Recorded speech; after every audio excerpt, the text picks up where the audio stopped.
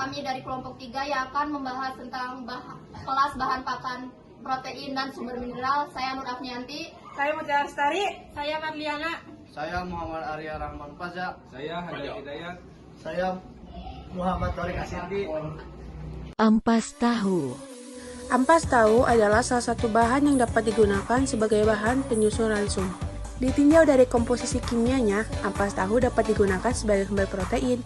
Mengingat kandungan protein dan lemak pada ampas tahu yang cukup tinggi, tetapi kandungan tersebut berbeda-beda tiap tempat dan cara pemprosesannya. Terdapat laporan bahwa kandungan ampas tahu yaitu protein 8,66%, lemak 3,79%, air 51,63%, dan abu 1,21%. Ampas tahu yang merupakan limbah industri tahu memiliki kelebihan yaitu kandungan protein yang cukup tinggi. Namun, ampas tahu memiliki kelemahan sebagai bahan pakan yaitu kandungan serat kasar dan air yang tinggi. Ampas kecap. Kecap merupakan sisa pembuatan kecap dengan bahan dasar kedelai. Proses pembuatan kecap melalui beberapa tahap sebelum diperoleh hasil utama kecap dan hasil samping berupa ampas kecap yang berwarna coklat kehitaman. Ampas kecap masih mempunyai kandungan protein yang tinggi.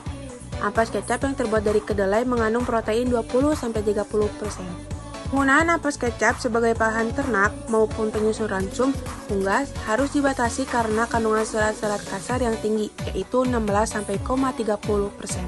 Kandungan serat kasar yang tinggi akan mempengaruhi pencernaan zat-zat makanan lainnya. Namun, perlakuan yang tidak baik pada ampas kecap, khususnya ampas kecap segar, bisa menyebabkan tumbuhnya jamur yang kemudian bisa menurunnya nilai nutrisi ampas tersebut. Kelemahan dari ampas kecap yaitu tingginya kadar NaCl. Ampas kecap yang diperoleh dari ekstraksi larutan garam dan disaring di mana proses ini diulang 4-5 kali. Keadaan ini yang mengakibatkan kandungan NaCl dalam ampas tinggi. Untuk itu, untuk mengurangi kadar NaCl ampas kecap, sebelum diberikan pada ayam boiler, perlu diupayakan perendaman dalam air panas 20-29 derajat Celcius selama 24 jam. Tapi, untuk perendaman pada suhu panas 70 derajat Celcius bisa menurunkan nilai protein dari ampas kecap. Ampas bir. Ampas bir adalah sisa fermentasi yang sebagian besar terdiri dari pati dan gula dari gandum pada saat pembuatan bir. Ampas bir mengandung 27,5% protein kasar, 6,5% lemak kasar, 14,21% serat kasar, 4,1% BETN, 0,29% kalsium, dan 0,48% fosfor. Tingginya nilai protein kasar dan karbohidrat terlarut yang terkandung dalam ampas bir akan mempengaruhi populasi mikroba rumen. Di dalam rumen, terdapat banyak variasi dan jumlah dari populasi mikroba. Mikroorganisme dalam rumen dapat dibagi dalam 3 kelompok utama, yaitu bakteri, protozoa, dan fungi. Mineral. Premix. Premix adalah mineral dan vitamin sebagai feed suplemen untuk ternak yang diformulasikan secara khusus untuk mencukupi kebutuhan mineral dan vitamin yang seimbang. Pada sapi laktasi, mencegah terjadinya milk fever dan meningkatkan daya tahan tubuh terhadap infeksi. Mencegah defisiensi mineral yang akan berpengaruh jelek terutama pada hewan muda seperti rachitis, osteomalacia, dan pertumbuhan yang jelek. Pada saat pertumbuhan meningkat seperti bunting, menyusui dan memperkuat penyusunan jaringan terutama pembentukan tulang. Tepung tulang.